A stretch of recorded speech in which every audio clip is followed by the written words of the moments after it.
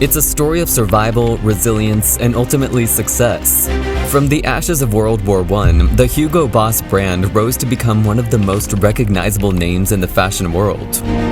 But how did a company that once supplied uniforms to the Nazi army transform into a symbol of luxury and prestige? How did Hugo Boss manage to overcome its dark past and become one of the most successful fashion brands of our time? Join us as we uncover the unusual success story of Hugo Boss. Hugo Boss was born in a place where textiles were a thriving industry. He grew up in a family that owned a lingerie shop, which helped ignite his passion for fashion at a young age. He sought out opportunities to learn and grow in the industry, working in a textile mill and eventually taking over his parents' shop. After serving in World War I, Hugo had a dream to create his own fashion company, turning the shop into a tailoring factory that produced a range of clothing items such as jackets, shirts, workwear, sportswear, and raincoats. However, the aftermath of the war brought Germany a debt crisis, with the country struggling economically and causing difficulties for businesses like Hugo's. In the tumultuous times of Germany, one man, Hugo Boss, saw a chance to thrive. With the rise of Hitler and the Nazi Party, Hugo saw an opportunity to win government contracts and become a supplier for their uniform needs. He actively joined the Nazi Party in 1931 and established connections with high-ranking members. These connections paid off as he won a contract to produce Nazi uniforms, including brown shirts, soldiers, police, and Hitler Youth outfits. To meet the growing demand, Hugo took out loans to expand his company and utilized French and Polish forced laborers. These workers lived in poor conditions, with reports of being threatened to be sent to concentration camps if they didn't keep up with their work. While some may view Hugo's affiliation with the Nazi Party as a moral quandary, it's clear that his decision was partly motivated by his desire for financial success. Before he joined the Nazis and won these contracts, his business collapsed and he was in a dire financial situation with little hope of success. However, a researcher who wrote a book on Hugo Boss concluded that it's clear he joined the party not only for the contracts, but also because he was a follower of National Socialism and a loyal Nazi. It's reported that he even proudly displayed a photo of himself with Hitler in his apartment. When the war ended and the Nazis were defeated, Hugo Boss was investigated and found to be an active participant and financial beneficiary of the Nazi Party, which resulted in him being banned from owning a business. Sadly, Hugo Boss passed away in 1948, but the company bearing his name lived on and became a multi-billion-dollar clothing empire. So how did this come to be? The legacy of Hugo Boss was kept alive after his passing through his son-in-law, Eugene Hawley, who took the reins of the company and kept it running by producing uniforms for the German police and postal workers.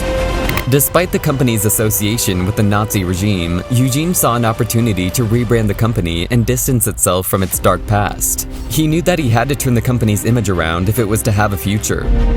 Eugene's approach to the business was simple yet effective. He made sure that the quality of the suits he produced was one of the highest standard and that they were elegant and stylish.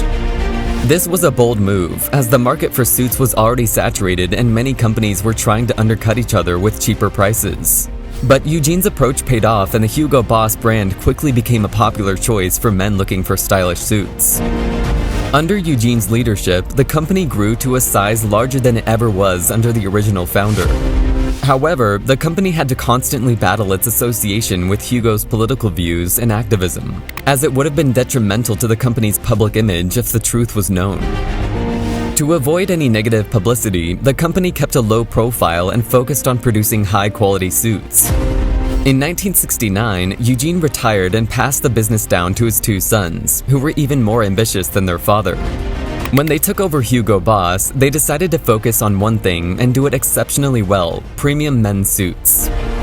This approach might have seemed limited at first, but it actually allowed them to concentrate on perfecting the quality of their products. They broke away from the traditional German approach to suit making by using softer and lighter Italian materials, modernizing their factories, and hiring more workers. This was a bold move that paid off, as their suits quickly gained a reputation for excellence and style. Now, to distance themselves from the company's association with Nazi Germany, the brothers made some drastic changes, including outsourcing production, which was uncommon for a proud German company at the time. They also felt the need for a rebrand and began marketing the brand as Boss. This new direction was a huge success, with their suits selling well in Germany and beyond. The brothers saw the potential for global expansion and invested heavily in marketing and endorsement deals, which helped them become more recognizable outside of Germany. The Boss brand became synonymous with style and success, particularly during the yuppie movement of the 1980s, where having a stylish suit was a must-have for aspiring CEOs and entrepreneurs. With the extensive ad campaigns and endorsement deals, Boss suits became extremely popular, and the brothers soon realized they could make even more money by expanding into other product lines. In 1985, they launched their own fragrances, starting with Boss No. 1 for men, which became one of their most profitable products and the foundation of their now vast fragrance business. Within a year of being listed on the German stock exchange, Hugo Boss was worth more than the rest of the German menswear manufacturers combined.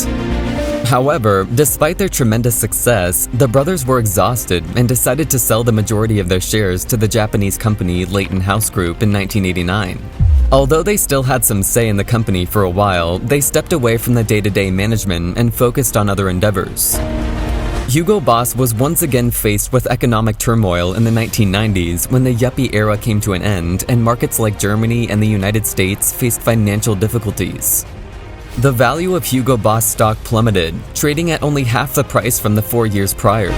To combat this, the new owners divided the brand into three, with Boss continuing to sell high-end suits, Baldessarini as the exclusive fashion wing, and Hugo aimed at younger customers.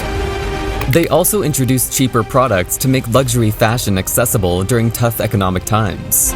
To attract a wider audience, the company distanced itself from its masculine image and started selling women's clothing and fragrances. These changes helped increase profits in the late 90s, but when CEO Peter Littmann left the company in 1997, it struggled to find a replacement who could maintain its success.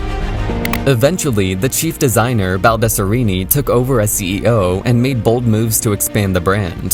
He introduced sportswear, casual clothing, underwear, and accessories like sunglasses, and worked with the film industry and famous celebrities to boost the brand's exposure. These decisions solidified Hugo Boss's place as a global leader in the fashion industry. To this day, their products are sold in over 90 countries, and the brand continues to carry a reputation of wealth and impeccable design. Despite some negative attention from celebrities, Hugo Boss remains one of the largest and most successful fashion brands in the world. From its humble beginnings as a small German lingerie shop to its current status as a fashion icon, Hugo Boss has come a long way. Russell Brand's remark about Hugo Boss making the Nazi uniforms at a GQ award ceremony sponsored by the brand caused quite a stir in the fashion industry. Despite facing criticism for its past association with the Nazi regime, Hugo Boss has made efforts to rectify its wrongs. In 1999, the brand established a fund to compensate the slave laborers who were forced to work in the company's factories during World War II. In 2012, Hugo Boss issued a public apology and expressed profound regret for the harm and hardship faced by the workers.